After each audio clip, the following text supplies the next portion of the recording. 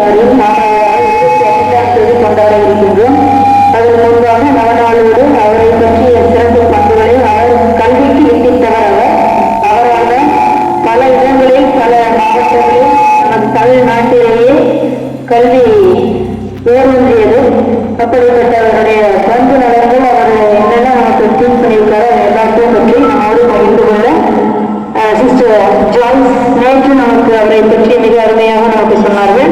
இன்றும் அவர்களே பொறுப்பெடுத்துக் கொண்டு அவரை பற்றிய அவருடைய குறிக்கோள் அவருடைய துணிச்சல் எல்லாவற்றையும் பற்றி நமக்கு அறிவிக்க இருக்கின்றார்கள். அவருடைய கரவழியோடு வாழ்த்தி வரவேற்போம். சிறப்பு விருந்தினர்கள் அனைவருக்கும் ஆசிரியர் பிறரை நேசிக்க மறப்பதும் கூட மரணம் தான். சொல்லுங்க பார்க்கலாம். சுவாசிக்க மறப்பது மட்டும் மரணம் அல்ல, பிறரை நேசிக்க மறப்பதும் கூட மரணம் தான். நல்லா இருக்கா? காலையிலேயே ஏன் மரணம் அப்படின்னா, இன்னைக்கு இந்த மண்ணை நேசிச்சு, இந்த மக்களை நேசிச்சு, இந்த நாட்டை நேசிச்சு, இங்க தங்களோட உயிரையே கொடுத்த பல விடுதலை போராட்ட வீரர்கள், த ரியல் ஹீரோஸ், அவங்களதான் நம்ம கொண்டாடிட்டு இருக்கோம். அவங்க இன்னும் மரணிக்கல. ஏன்னா அவங்களோட சுவாசம் இந்த காத்துல இருக்கு, அவங்க நினைவுகள் நம்ம நெஞ்சில இருக்கு. அவங்க சுவாசிக்க மறந்தாலும் இந்த மண்ணையும் மக்களையும் நேசிச்சதுனால அவங்க உயிரோடு தான் இருக்காங்க. அவங்க தான் இந்த திரையில வராங்கல்ல, அவங்களாம் யாரும் ஹீரோஸ் இல்லை, உண்மையிலேயே உயிரை கொடுத்துருக்காங்கல்ல, அவங்க தான் ஹீரோஸ்.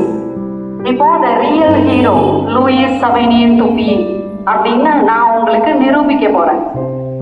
கவுண்டர் செக் அப்படின்னு சொல்லுவாங்க. ஒரு விஷயம் நடக்குதுன்னா அதை திரும்ப செக் பண்றோம். எப்படி? நான் வந்து ChatGPTன்னு ஒரு ஆப் இருக்கு தெரியுமா? போன்ல நீங்க படிக்கிறதுக்கு யூஸ் பண்ணலாம்.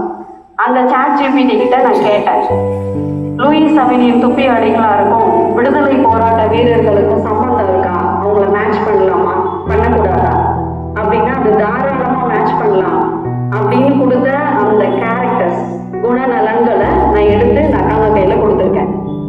அதுல ஒவ்வொரு கேரக்டரா நம்ம செக் பண்ண போறோம். லூயிஸ் சவேனியன் துப்பியும் உண்மையிலேயே ஒரு ஹீரோ தானா இல்லையா அப்படின்னு. இப்போ எனக்கு இங்க இருந்து தெரியல, நான் நோட்ஸ் எடுத்துட்டு வரல. இப்ப நீங்க தான் ஃபர்ஸ்ட் அக்கா இது ஓபன் பண்ணுவாங்க. அது என்ன கேரக்டர்னு சொன்னீங்கன்னா நான் உங்களுக்கு எக்ஸாம்பிள் சொல்லுவேன். ரெடியா? துணிவு எல்லா விடுதலை போராட்ட வீரர்கள் ரியல் ஹீரோஸுக்கும் இருந்துச்சு.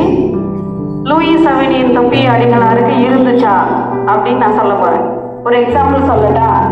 இன்னைக்கு நீங்க வீட்டுக்கு போன அப்புறம் ஒரு அண்ணா உங்க வீட்டுக்கு வந்து, நாங்க வந்து ஜெயராணி ஸ்கூல்ல இருந்து வந்திருக்கேன், இன்னைக்கு பாப்பாவுக்கு ஸ்பெஷல் கிளாஸ் இருக்கு, கொஞ்சம் அனுப்பிச்சு விடுங்க அப்படின்னா, ஓ ஜெயராணி ஸ்கூலா, அதோ உடனே அனுப்புறேன், உடனே அனுப்பிச்சிருவாங்க. உடனே கிளாஸ் மிஸ்ட்டு கேட்பாங்க, ஹெச்எம் கேட்பாங்க, உண்மையிலேயே இவங்க ஜெயராணி ஸ்கூல் தானா அப்படின்னு செக் பண்ணுவாங்க. அப்படிதானே? இது 2025. 1844 என்ன பண்ணிருப்பாங்க? விளக்கமாத்த எடுத்து சாத்திருப்பாங்க. அப்படிதானே? நான் நேற்றே சொன்னா 30 வயசு ஒரு இளைஞன், அது மாறிலிருந்து வந்திருக்காரு, யங்கா ஹேண்ட்ஸமா இருக்காரு. அவர் வந்து பெண்களை படிக்க வைக்கிறேன்னா எவ்வளவு சேலஞ்சை மீட் பண்ணியிருப்பாரு. அவர் கூரையை பற்ற வச்சாங்க, கல்லால எரிஞ்சாங்க, அவரே பிரஸ் வச்சிருந்தாரு, அவருக்கே போஸ்டர் அடிச்சு ஓட்டினாங்க.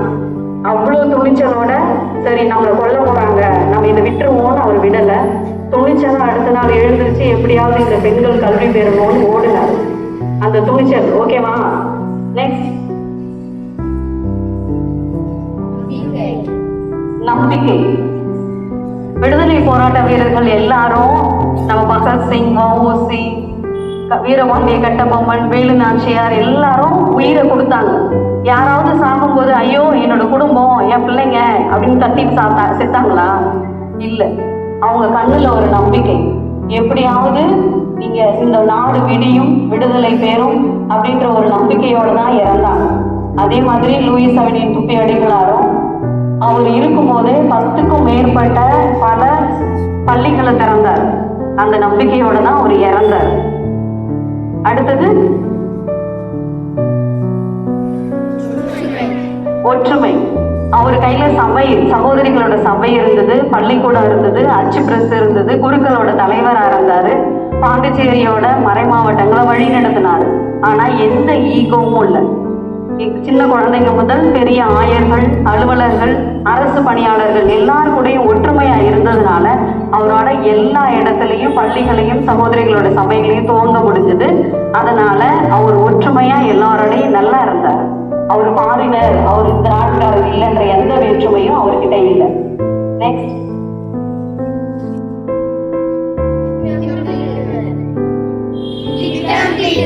திட்டம் தீட்டுதல். அவர் எப்படிலாம் திட்டம் தீட்டினார்னா, அவர் எழுதின கடிதங்கள் இன்னும் நம்ம சகோதரிகள்கிட்ட இருக்கு. ஒவ்வொரு மாசமும் பிள்ளைகளுக்கு என்ன சாப்பாடு கொடுக்கணும், கட்டணம் எப்படி கட்டணும், காசு எப்படி வரணும், கணக்கு எப்படி எழுதணும், வர்றவங்க பெற்றோர்களை எப்படி ரிசீவ் பண்ணணும், பிள்ளைங்களுக்கு என்னெல்லாம் சொல்லி கொடுக்கணும்னு அவர் 1844 நிறைய திட்டங்கள் போட்டாரு. அந்த திட்டங்களை நாங்க இன்னும் வாசிக்கிறோம். அப்ப 2025 ரெலவெண்டா இருக்கிற வரைக்கும் அவரு அவ்வளவு திட்டங்கள் தீட்டி ரொம்ப நேர்த்தியா அவரோட பணியை செஞ்சிருக்காரு. நெக்ஸ்ட், நேர்மை. அவரோட நேர்மைக்கு ஒரு பெஸ்ட் எக்ஸாம்பிள் என்ன தெரியுமா? காரைக்கால்ல 140 ஏக்கர் நிலம் பாண்டிச்சேரி அரசால நம்ம சகோதரிகளுக்கு கொடுக்கப்பட்டது. ஃபுல்லா நெல் விளையிற பச்சை பசேன்னு இருக்கிற, இப்பவும் நம்ம கையில சகோதரிகளோட கையில இருக்கிற 140 ஏக்கர் நிலம் அவரோட நேர்மைக்கு ஒரு பரிசா பாண்டிச்சேரியோடைய அரசு அவருக்கு கொடுத்துச்சு. இன்னும் அந்த நிலம் நம்ம கையில இருக்கு. இதை விட நேர்மைக்கு ஒரு பெஸ்ட் எக்ஸாம்பிள் வேற இருக்கவே முடியாது.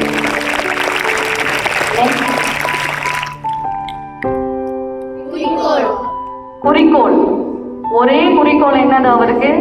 பெண்கள் வாழ்வு பெறணும், அவங்க முன்னேறணும், அவங்களுக்கு கல்வி கொடுக்கணும், அதுக்கு பள்ளிக்கூடங்கள் வேணும், குடும்பங்கள் முன்னேறணும்.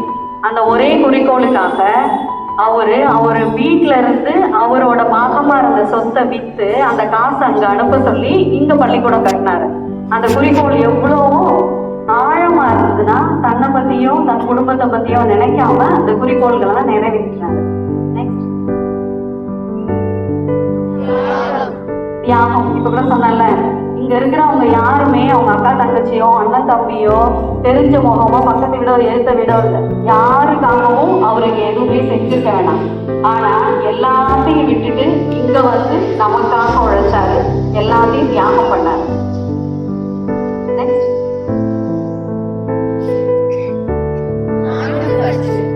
அவரு நாட்டுல இருந்த, அப்போ நம்ம நாட்டுல கிளாக், கடிகாரம், அது மாதிரி வித்தியாசமான பொருட்கள் எதுவுமே இல்லை. கடிகாரம்னா அரசு அலுவலகங்கள் மட்டும்தான் இருக்கும். ஆனா அவரு நாட்டுல இருந்து என்னென்னதெல்லாம் இங்க கொண்டு வர முடியுமோ, கடிகாரம், கப்பல்ல அவரோட வீட்டுல இருந்த திங்ஸ், நாட்டு அலுவலகத்துல இருந்தது, இங்க இருந்து அங்க கடிதம் எழுதி அந்த நாட்டுல இருந்து இந்த நாட்டு மக்கள் இவ்வளவு கஷ்டப்படுறாங்க, தயவு செஞ்சு அதெல்லாம் கப்பல்ல எனக்கு அனுப்பி விடுங்கன்னு கேட்டு இந்த நாட்டு மக்களுக்காக உடல், பொருள், ஆவி எல்லாமே கொடுத்தாரு. நெக்ஸ்ட், ஓகே, இப்ப எல்லாருக்கும் எக்ஸாம் சொல்லிட்டேனா? அப்ப ஒரு ரியல் ஹீரோன்னு ஒத்துக்கிறீங்களா? அப்போ ஒரு கிளாப் பண்ணுங்க.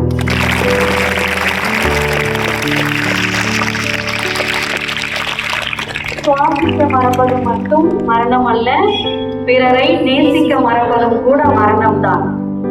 இப்ப என்ன பண்ணணும்? நம்ம எல்லாரும் நல்லா சுவாசிக்கிறோம். இந்த காத்து இந்த நாடு நமக்கு கொடுத்தது, இந்த மக்கள் நம்ம கொடுத்த அன்பு. நம்ம பாருங்க, தலைவர்கள்லாம் வந்திருக்காங்க, அவங்கெல்லாம் நம்ம பிள்ளைங்க நல்லா இருக்கணும் அப்படின்னு நம்மளை நேசிக்கிறவங்க நிறைய பேர் இருக்காங்க. நம்மளும் என்ன பண்ணணும்? இந்த மண்ணை நேசிக்கணும், இந்த மக்களை நேசிக்கணும், இந்த நாட்டை நேசிக்கணும். சாகிறதுக்கு முன்னாடி ஏதாவது ஒன்றை இங்க விட்டுட்டு போகணும். அப்பதான் நம்ம மரணம் அடைஞ்ச அப்புறமும் நம்ம உயிரோடு இருக்கும். நன்றி. இன்னைக்கு நம்ம மாதாவுக்கு ஒரு ஸ்பெஷலான நாள். நம்ம தூய் சவினி துப்பி அடிக்கலாருக்காக, இந்த நாட்டை நேசிச்ச பல ரியல் ஹீரோஸுக்காக ஒரு அருள் நிறைந்த மரியை சொல்லுவோமா? சேர்ந்து கை கொண்டு சொல்லுங்க. அருள் நிறைந்த மரியை வாழ்க, ஆண்டவர் உடனே, பெண்களுள் ஆசி பெற்றவள் நீரே,